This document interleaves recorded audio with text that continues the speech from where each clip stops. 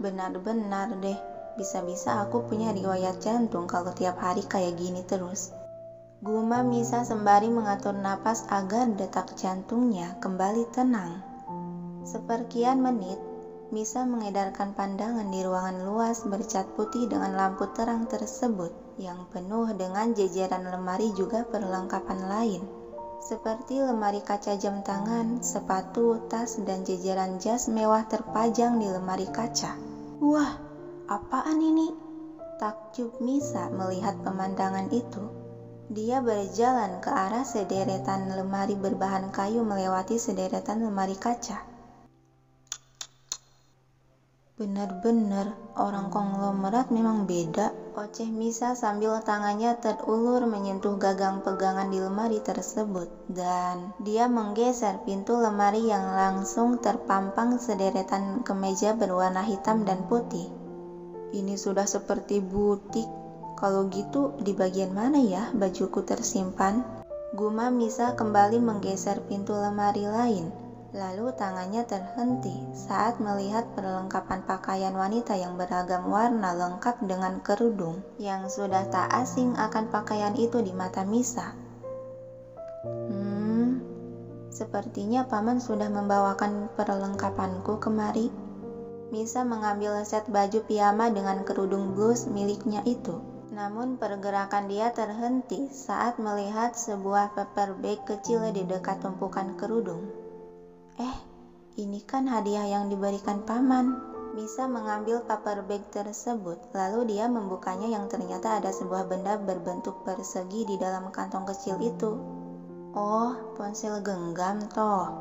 Tapi bukannya paman tahu ya, kalau aku tidak suka menggunakan ponsel genggam. Misa membolak-balikan ponsel berwarna hitam dengan plat putih itu. Iya, aku lupa. Aku kan belum menyiapkan baju tidur untuk si siluman singa. Segera Misa memasukkan kembali ponsel ke dalam paper bag, lalu kembali menggeser ke setiap pintu lemari untuk mencari pakaian milik Arga. Setelah dia menyiapkan baju tidur untuk Arga, tidak lupa juga Misa mengganti pakaiannya dengan pakaian tidur yang tadi dia ambil. Misa sudah tak perlu membersihkan diri karena saat di gedung dia sempat mandi. Ini disimpan di sini mungkin ya? Gumam Misa sembari meletakkan pakaian Arga di atas sofa tunggal yang tersedia di tengah-tengah ruangan. Kemudian setelahnya dia keluar ruangan itu. Hanya ada satu ranjang. Di mana aku akan tidur? Bengong Misa masih berdiri di tempat. Dia melihat sekitar kamar luas yang terdapat ranjang king size, juga seperangkat sofa. Lemari.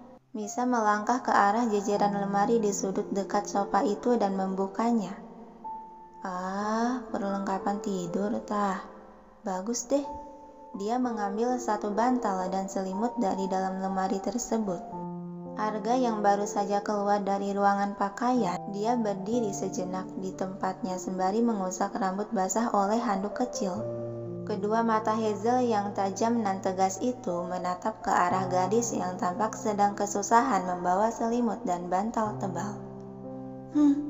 Kalau saja bukan karena permintaan ayah, tidak akan sudi aku tidur sekamar dengan wanita kerdil dan jelek ini. Gumam Arga dalam hati diakhiri senyuman sinis. Dia berjalan pelan lalu melemparkan handuk ke ranjang handuk yang berada di pojokan dan melangkah ke arah ranjang. Kau tidur di sofa, ucap Arga sembari menaiki ranjang. Pergerakan Misa terhenti masih membawa perlengkapan tidur di tangannya. Kenapa bukan kamu yang mengalah terhadap wanita? Mendengar pertanyaan itu, Arga yang masih terduduk setengah terbaring di atas kasur langsung mendelik tajam. Kau pikir ini kamar siapa? Ampun, itu mata gak bisa gitu, biasa aja liatnya. Batin Misa mulai bergidik takut lagi akan tatapan tajam dari Arga. Decak Misa sebal lalu melemparkan perlengkapan tidur ke atas sofa. Kau berdecak mengejekku. Suara Arga merasa tersinggung. Tajam sekali sih telinganya. Oh ya, aku lupa, dia kan bukan manusia tapi siluman singa. Gumam Misa hanya terdengar diri sendiri sembari tangan bergerak sibuk menata selimut dan bantal di sofa. "Hei, kau mengabaikanku!" Arga yang mulai tersulut emosi berteriak. Misa menegakkan tubuh dan menoleh menatap sebal. "Ada apa sih? Memangnya kamu tanya apa?" Tatapan Arga semakin tajam bagai mata elang saat melihat mangsa. Yang sontak membuat tubuh Misa seketika terpaku gemetar takut. "Itu mata, bisa gak sih jangan melotot gitu, menakutkan sekali." Batin Misa langsung mengalihkan tatapan ke arah lain, tak sanggup bersih-tatap. Desah kasar Arga sembari membuang muka. Dia menarik selimut dan merebahkan tubuh. "Apaan tuh? Sudah melotot seakan membunuhku, dia langsung tidur. Nggak jelas deh." Gumam pelan Misa hanya terdengar oleh telinganya sendiri. "Tidur!" Sentak Arga yang sontak membuat Misa langsung terlonjak kaget. Iya," sahut Misa mengusap dada menenangkan jantungnya yang kembali berdegup cepat. "Duh ampun deh, orang ini sifatnya memang sama kayak singa." "Hei, cepat tidur!" Lagi-lagi Arga menegur dengan suara galak. Iya, Misa menimpali langsung bergerak menaiki sofa bersiap tidur. "Mau apa kau?" Arga bertanya sedikit menyangga tubuh melihat pergerakan Misa. "Kamu kan tadi menyuruhku tidur, jadi sekarang aku mau tidur," jawab Misa yang sudah masuk ke dalam selimut. "Matikan lampunya," titah Arga dan kembali merebahkan tubuh.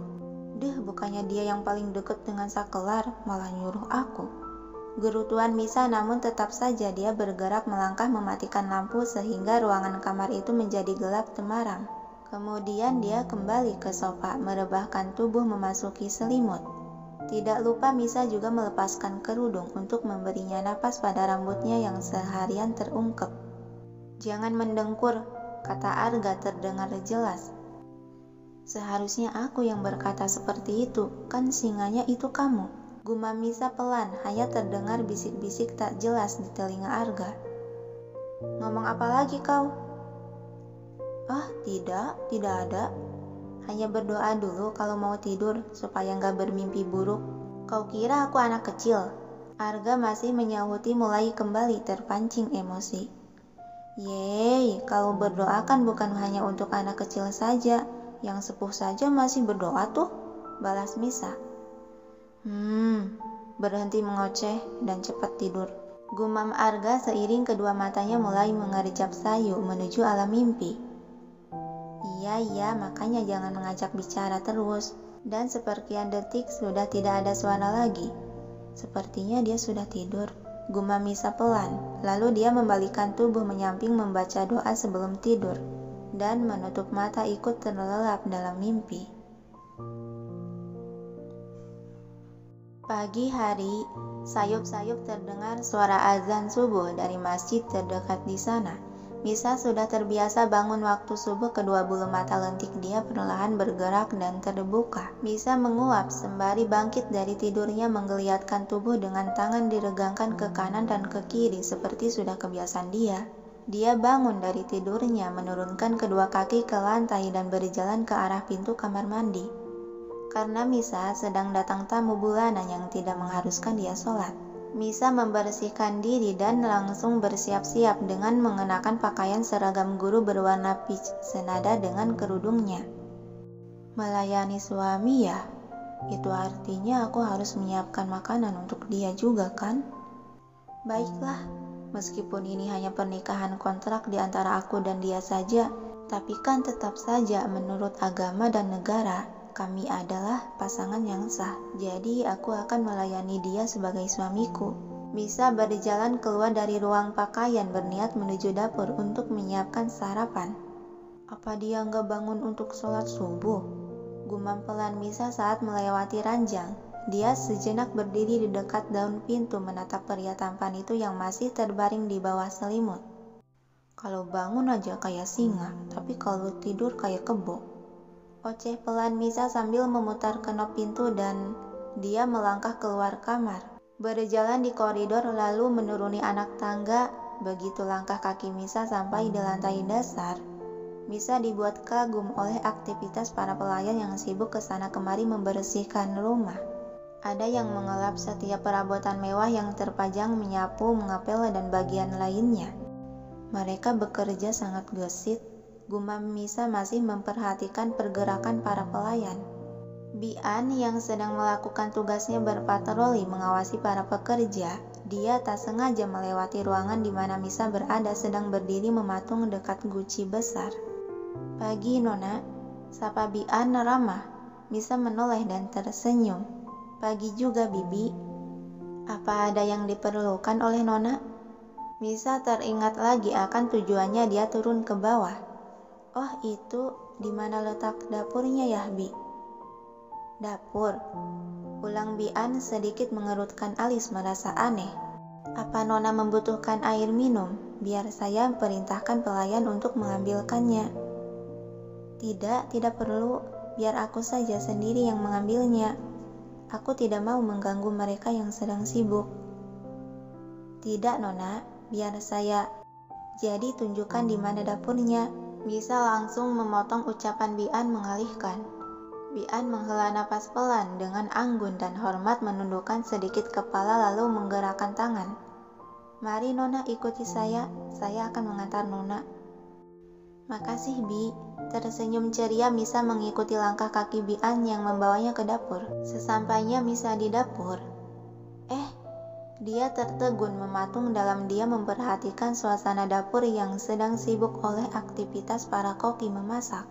Yang sepertinya para koki itu sedang menyiapkan makanan untuk sarapan. Semuanya sudah dikerjakan oleh bagiannya masing-masing.